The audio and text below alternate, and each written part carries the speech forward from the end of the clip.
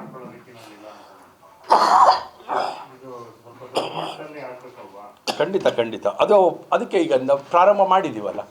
ಈ ಸದನ ನಡೀತಾ ಇದೆ, ಸದನ ನಡೆಯೋ ಟೈಮಲ್ಲೇ ಪ್ರತಿಭಟನೆ. ಯಾಕೆ ಅಂದರೆ ಸದನದ ಒಳಗೆ ಹೊರಗೆ ಅನ್ನುವಂಥ ದೃಷ್ಟಿಯಿಂದ ನಿಮಗೆ ಅಂಕಿಅಂಶಗಳೆಲ್ಲ ನೋಡಿ ಆಮೇಲಿಂದ ಏನೇ ಕನ್ಫ್ಯೂಸ್ ಆದರೂ ತಮ್ಮ ನಂಬರ್ಗಳಿಗೆ ನಾನು ಇನ್ನು ಸ್ವಲ್ಪ ದಾಖಲೆಗಳನ್ನ ಕಳಿಸ್ಕೊಡ್ತೀನಿ ಅಂತಕ್ಕಂಥದ್ದನ್ನು ಹೇಳ್ತಾ, ನಿಮ್ಮ ಎಲ್ಲರ ಸಹಕಾರ ಬೇಕು. ಕಾಯಕ ವೃತ್ತಿ ಮಾಡುತ್ತಿದ್ದಂಥ ಸಮಾಜಗಳ ಪ್ರತಿಭಾವಂತರಿಗೆ, ನಿರುದ್ಯೋಗಿಗಳಿಗೆ, ಮಹಿಳೆಯರಿಗೆ, ವಿದ್ಯಾರ್ಥಿಗಳಿಗೆ, ಸಣ್ಣ ಸಣ್ಣ ಹಿಡುವಳಿದಾರ ರೈತರ ಪ್ರತಿ ವರ್ಷ ಕನಿಷ್ಠ ಮಟ್ಟದಲ್ಲಾದರೂ ಸಿಗ್ತಾ ಇರ್ತಕ್ಕಂಥ ಸಂಪೂರ್ಣ ಇದು ಸೌಲಭ್ಯ ಸಂಪೂರ್ಣವಾಗಿ ನಿಂತು ಹೋಗಿದೆ. ಹೆಚ್ಚಂದರೆ ನಿಗಮಗಳಲ್ಲಿ ಕೂತ್ಕೊಂಡು ಸಂಬಳ ತಗೊಂಡು ಕಾಲ ಕಳ್ಕೊಂಡು ಹೋಗ್ತಿದ್ದಾರೆ. ಅವರು ಒಂದು ಅರ್ಜಿ ಕರೀತಿಲ್ಲ, ನೆಪ ಮಾತ್ರ ಕರೀತಾರೆ. ಯಾರು ಕೊಟ್ಟಿದ್ದಾರೋ ಬಿಟ್ಟಿದ್ದಾರೋ ಗೊತ್ತಿಲ್ಲ. ಯಾಕೆ ಕೊಡ್ತಾ ಇಲ್ಲ ಅಂದರೆ ಅವ್ರ ಹತ್ರ ಅನುದಾನನೇ ಇಲ್ಲ.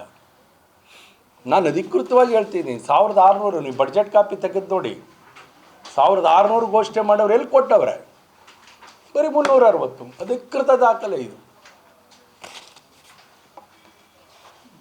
ಇಷ್ಟನ್ನು ಹೇಳಿ ತಮ್ಮ ಸಹಕಾರ ಬೇಡ್ತಾ, ಇವತ್ತು ಹಿಂದುಳಿದ ಸಮುದಾಯಗಳು ಎಲ್ಲ ಹಂತದಲ್ಲೂ ಕೂಡ ಕಷ್ಟಪಡ್ತಾ ಇದ್ದೇವೆ. ಇದು ಪರಿಶಿಷ್ಟ ಜಾತಿ ವರ್ಗಗಳ ಅಭಿವೃದ್ಧಿ ನಿಗಮಕ್ಕೂ ಇದೇ ಅನ್ವಯಿಸಿದೆ. ಆದರೆ ಹಿಂದುಳಿದ ಅದನ್ನು ನಾವು ಕೂಡ ಜೊತೆಗೆ ತೆಗೆದುಕೊಳ್ತಾ ಇದ್ದೀವಿ. ಒಟ್ಟಾರೆ ನಿಗಮಗಳು ಅಂತಕ್ಕಂಥದ್ದನ್ನು ದೃಷ್ಟಿಯಲ್ಲಿ ತಗೊಂಡಿದ್ದೀವಿ. ಯಾಕೆಂದರೆ ಹಿಂದುಳಿದ ವರ್ಗಗಳ ಕಲ್ಯಾಣ ಇಲಾಖೆಯಲ್ಲಿ ಹೆಚ್ಚು ನಿಗಮಗಳು ಬರೋದರಿಂದ ಇವತ್ತು OBC ಮೋರ್ಚಾ ಈ ವಿಚಾರವನ್ನು ಕೈಗೆ ತೆಗೆದುಕೊಂಡಿದೆ.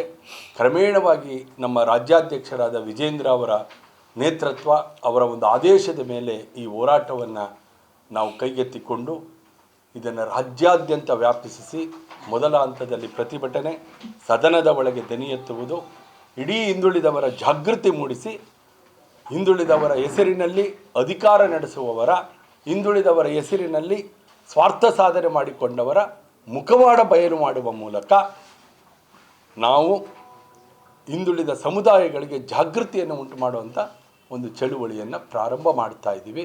ಪ್ರಾರಂಭಿಕ ಹಂತದಲ್ಲಿ ನಾಳೆ ಒಂದು ಜಿಲ್ಲಾ ಕೇಂದ್ರಗಳಲ್ಲಿ ದೊಡ್ಡ ಮಟ್ಟದ ಪ್ರತಿಭಟನೆ ನಡೆಯಲಿದೆ ಅಂತಕ್ಕಂಥದ್ದನ್ನು ಹೇಳಿ ನಿಮ್ಮ ಸಹಕಾರ ಕೇಳ್ತೀವಿ.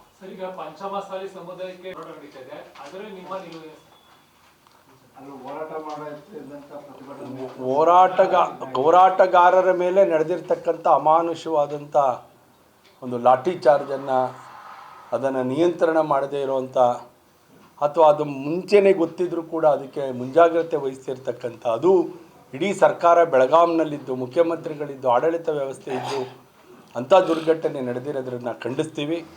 ಮೀಸಲಾತಿ ಕುರಿತಂತೆ ನಮ್ಮ ರಾಜ್ಯದ BJPಯ ನಿಲುವು ಏನಿದೆಯೋ ಅದು ಇದ್ದೇ ಇದೆ. ಮತ್ತು ಹಿಂದೆ ಕೂಡ ಅವರಿಗೆ ನಾವು ಅವಕಾಶ ಮಾಡಿಕೊಟ್ಟಿದ್ದೀವಿ. 2A 2D ಪ್ರಕರಣದಲ್ಲಿ ಅದು ನ್ಯಾಯಾಲಯದಲ್ಲಿದೆ. ಈ ಸರ್ಕಾರ ನ್ಯಾಯಾಲಯದಲ್ಲಿ ಹೋರಾಟ ಮಾಡಿ ಆ ಸಮುದಾಯಕ್ಕೆ ನ್ಯಾಯ ದೊರಕಿಸ್ಕೊಡ್ಬೇಕಂತ ಒತ್ತಾಯ ಮಾಡಿ